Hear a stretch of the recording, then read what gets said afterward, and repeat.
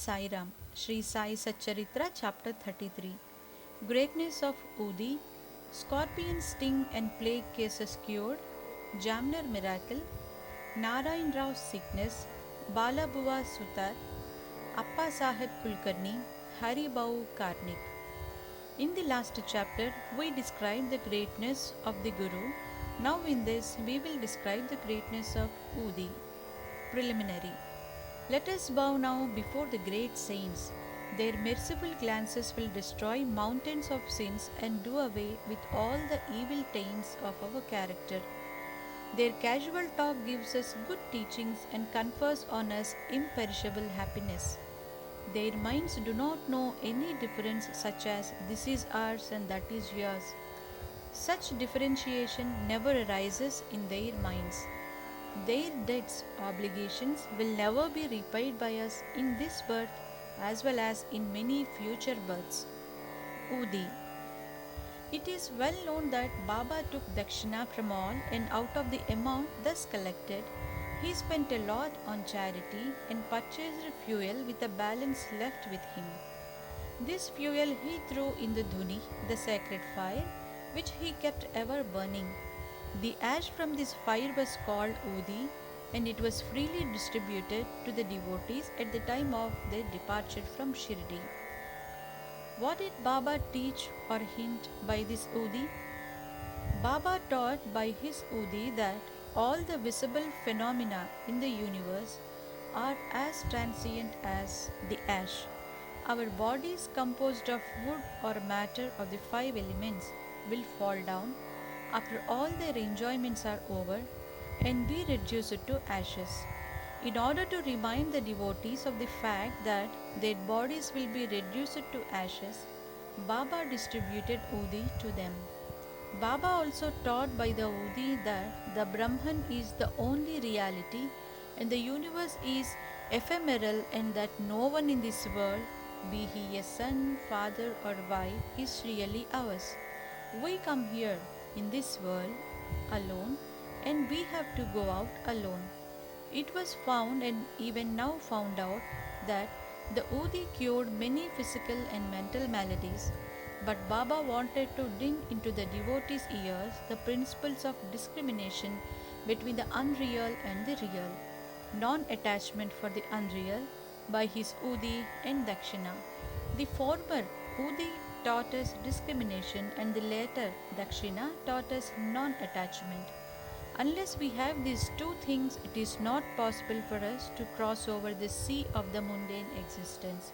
So Baba asked for and took dakshina, and while the devotees took leave, he gave Udi as prasad, besmeared some of it on the bhakta's forehead, and placed his boon conferring hand on their heads.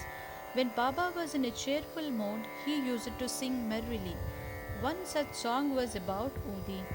The burden of the Udi song was this: O playful Rama, come, come, and bring with you sacks of Udi.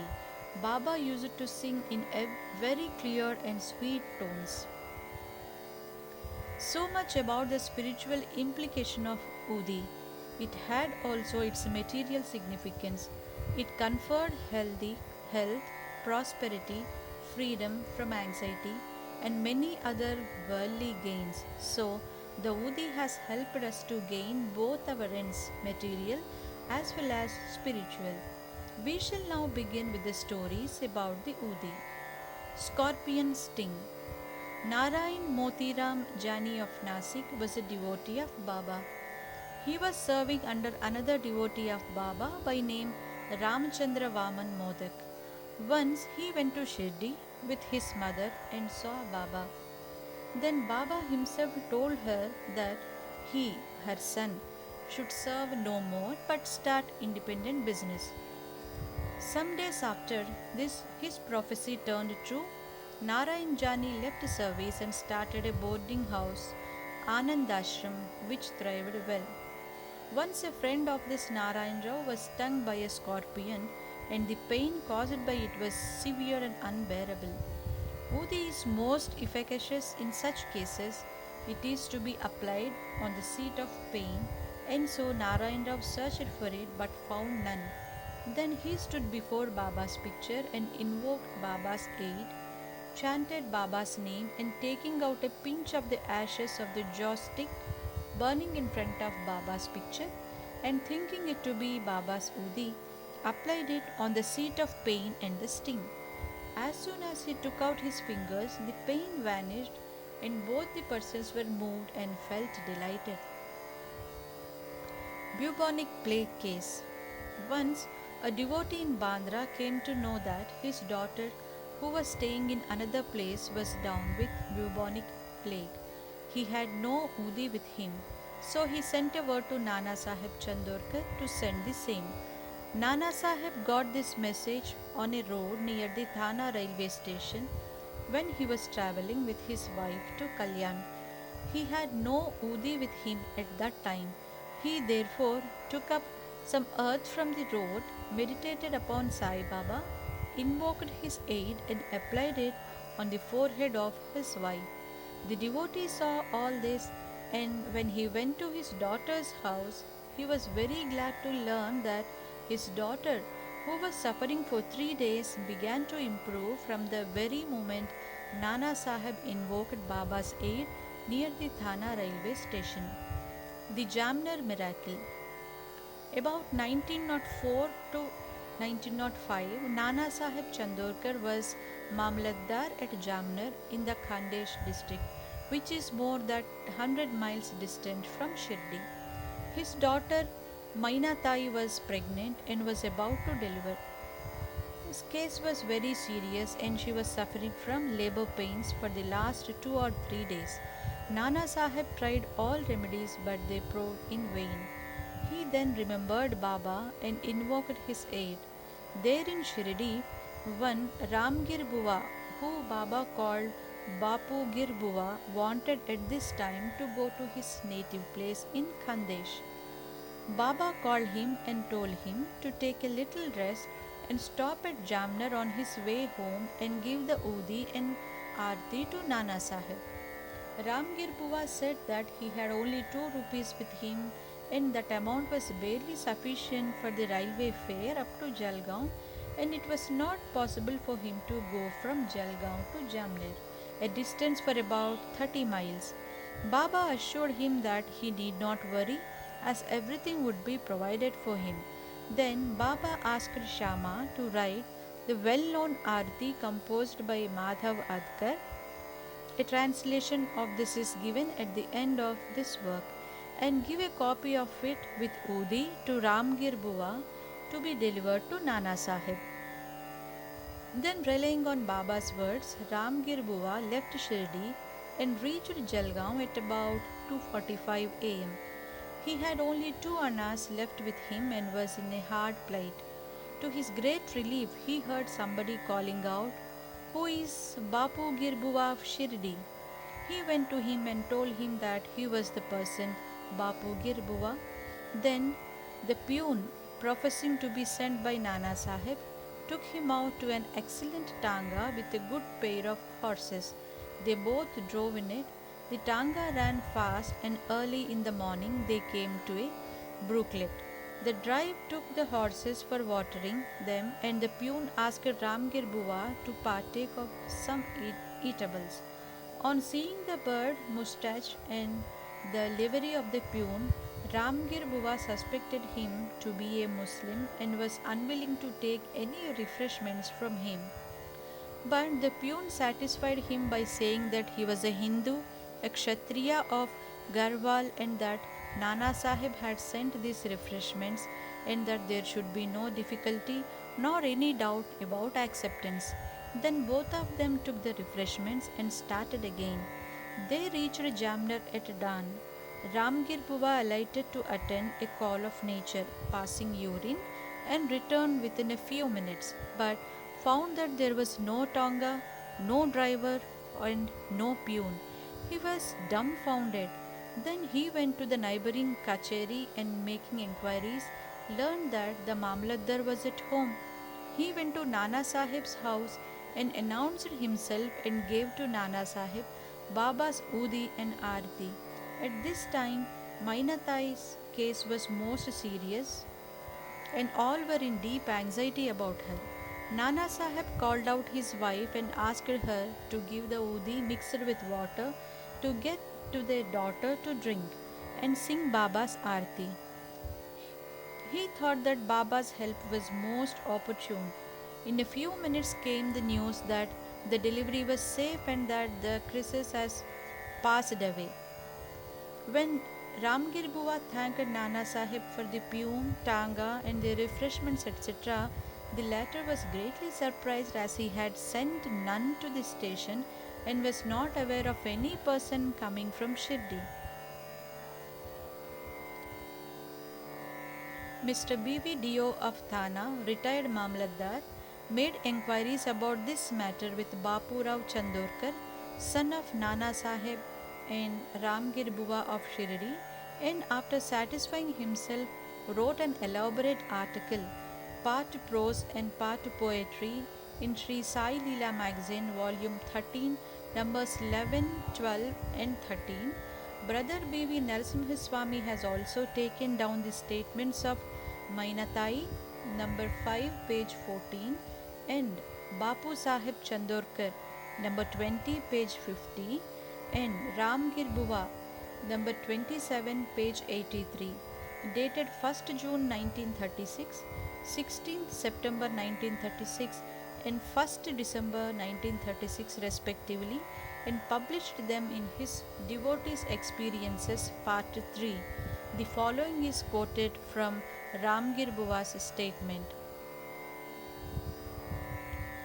One day Baba called me to him and gave me a packet of woodi and a copy of Baba's Aarti. I had to go to Khandesh at that time. Baba directed me to go to Jamner and told me to deliver the Aarti and woodi to Nana Sahib Chandorkar at Jamner. I said to Baba that all I had was 2 rupees and asked him how that I could take me by train from Kopargaon to Jalgaon and next by cart from Jalgaon to Jamner. Baba said, God will give. That was Friday and I started at once. I reached Manmad at 7:30 p.m. and Jalgaon at 2:45 a.m. At that time, plague regulations were enforced and I had much trouble. I was to discover what I should do to get to Jamner. At about 3 a.m., a peon in boots, turban, and well equipped with other details of good dress came to me and took me to a tanga and drove me on. I was in terror. On the way at Bagur, I took refreshments. We reached Jamner early in the morning, and by the time I attended my call of nature, the tanga and its driver had disappeared. Page number 83. Narayan Rao. Bhakta Narayan Rao, father's name and surname not given, had the good fortune to see Baba twice during the latter's lifetime. 3 years after the passing away of Baba in 1918, he wanted to come to Shirdi, but he could not come. Within a year of Baba's Mahasamadhi, he fell sick and suffered much. All ordinary remedies gave him no relief, so he meditated on Baba day and night. One night he had a vision in his dream. Baba coming to him through a cellar comforted him saying, Don't be anxious, you will be improving from tomorrow and within a week you will be on your legs. Narayan Rao got perfectly well within the time mentioned in the vision. Now the point for consideration is this. Was Baba living because he had the body? And was he dead because he left it? No, Baba is ever alive, for he transcends both life and death. He who loved him once wholeheartedly gets response from him at any time and at any place. He is always by our side and will make any form and appear before the devout bhakta and satisfy him. Appa Sahib Kulkarni. In 1917, the chance of one Appa Sahib Kulkarni came.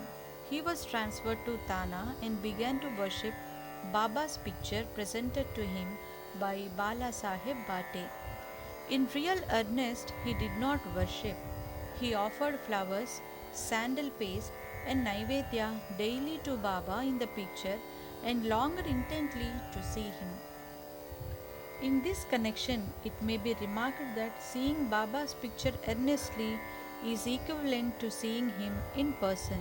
The following story illustrates this statement. Balabuva Sutar.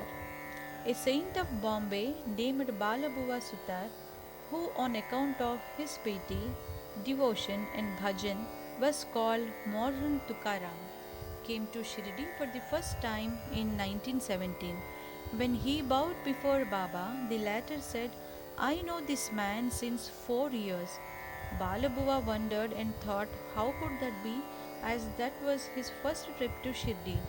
But thinking about it seriously, he recollected that he had prostrated himself 4 years ago before Baba's portrait at Bombay and was convinced about the significance of Baba's words. He said to himself, how omniscient and all pervading are the saints, and how kind are they to their bhaktas. I merely bowed to his photo. This fact was noticed by Baba, and in due time he made me realize that seeing his photo is equivalent to seeing him in person. Appa Sahib Kulkarni. To return to Appa Sahib's story, while he was in Thana, he had to go on tour to Bhiwandi and was not expected to return within a week. In his absence, the following wonderful thing took place on the third day. At noon, a fakir turned up at Appa Sahib's house. His features resembled exactly those of Baba's photo. Mrs. Kulkarni and the children all asked him whether he was Sai Baba of Shirdi. He said no, but that he was an obedient servant of his and came there at his order to inquire after the health of the family. Then he asked for dakshina.